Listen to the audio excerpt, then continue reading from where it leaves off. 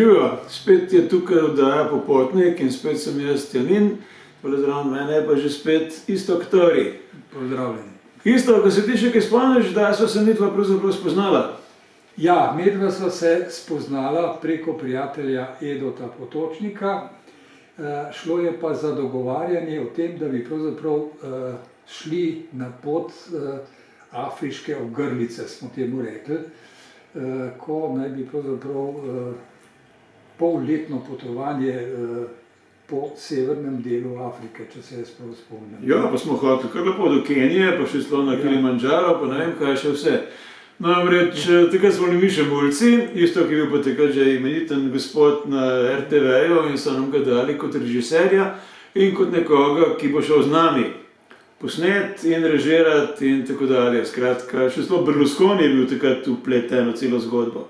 No, Takrat še ni bil predsednik, ampak je bil pač...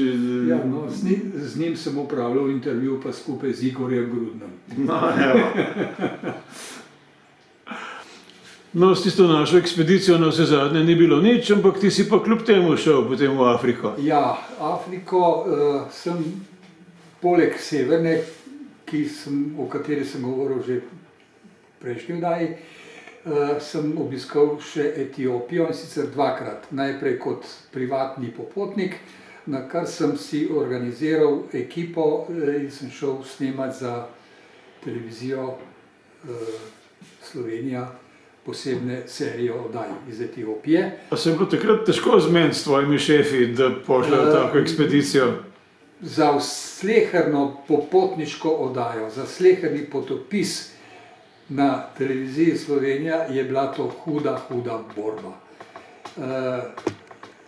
Edina, ki zadnje čase še uspeva kaj takega narediti, je Mojca Mavec. Drugače pa je bila to huda bitka, ampak sleherni, ko sem uspel izboriti projekt, so bili potem šefi zadovoljni. Tole recimo je bila južna Etiopija, kajti Etiopija je sestavljena iz več delov, ki se bistveno razlikujejo med seboj tako po kulturni kot po etnični plati. In ta južna Etiopija je v bistvu ta črna Afrika, ki se navezuje na države kot so Uganda, Kenija in tako naprej.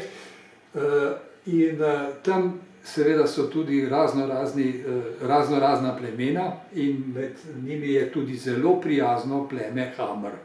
To so najprijaznejši afriški črnci, bi temu rekel.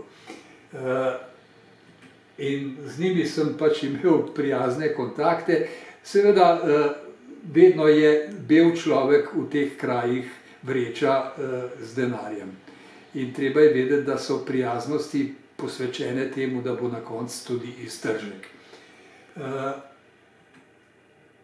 So pa to kontakti, kjer jih pravzaprav presenečamo zapadnjaki svojo tehnologijo in svojo civilizacijo, oni pa nas svojo prijazno primitivnostjo v najboljšem pomenu besede.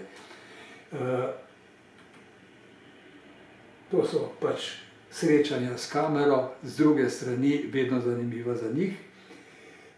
Za nas pa so seveda v teh predelih zanimive tudi živali.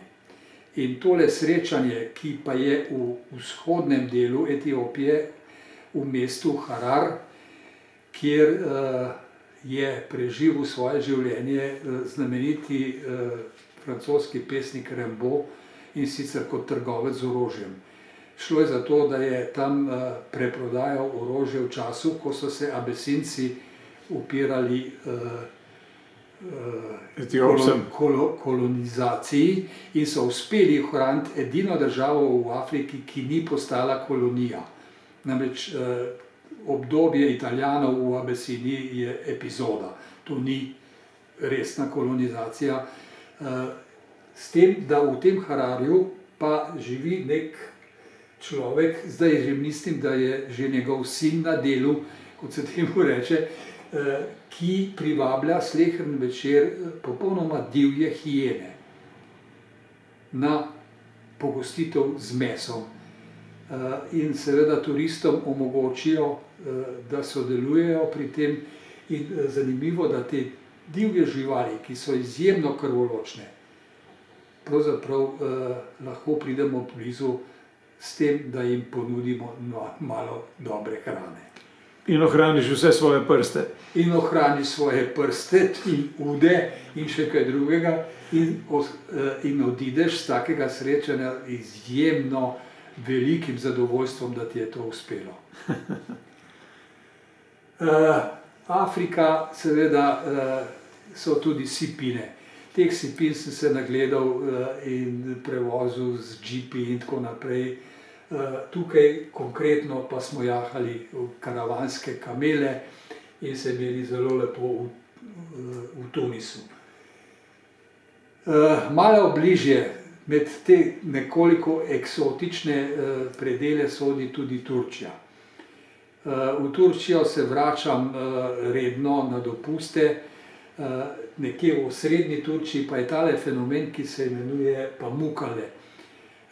Gre za naravno pojav, ki mu ni para v svetu v bistvu in ki iz leta v leto doživlja hujše restrikcije za turiste, ker pač skušajo ohraniti naravo v prvobitni podobi.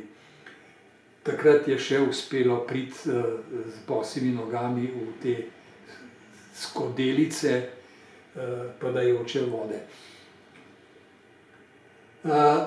Eksotika so tudi posebne države daljnega jugovzhoda in med njimi Vietnam. Poudarjam zato, ker ta Vietnam je name naredil dejansko najgloblji vtis. Narod, ki ga poznamo po težki vojni z Amerikanci, je edini narod na tem svetu, ki je v bistvu uspel vse svoje kolonizatorje in okupatorje premagati. Začenši z Mongoli, Džingis Kan se je moral iz Vietnama umakniti, Francozi so se morali iz Vietnama umakniti in Amerikanci so se morali iz Vietnama umakniti.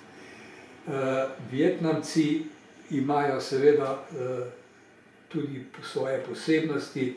Mene so najbolj očarale vodne lutke, ki smo jih imeli celo priliko potem doživeti tudi v Ljubljani. Gostovali so tukaj.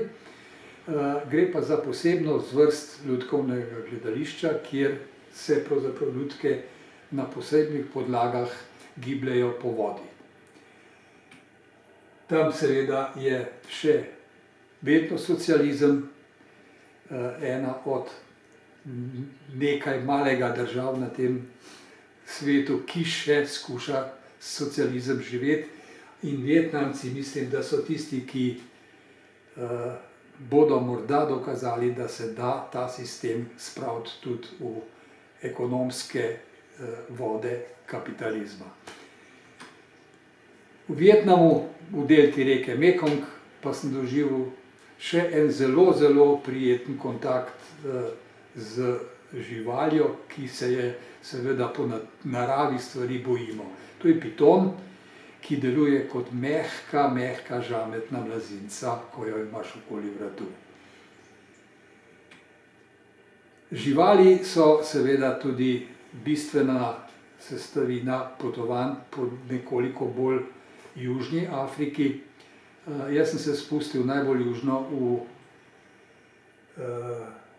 Zambiji in tam sem pač v nekaj narodnih parkih posnel serijo oddaj tudi za našo televizijo, kjer so nastopale od žiraf, zeber, antilop in tako naprej, živali, slonov, etc. Ni mi pa uspelo videti leva. Priznam, in to je še ena bela lisa v mojem, da sem moral iti v ljubljanski živalski vrt pogledati leva, kako izgleda. Sem pa uspel v Zambiji posneti fenomen, ki ni najbolj pogost, namreč popoln sončni mrk. In uspel mi je zelo lep posnetek je tudi seveda v tisti oddaji iz serije iz Zambije.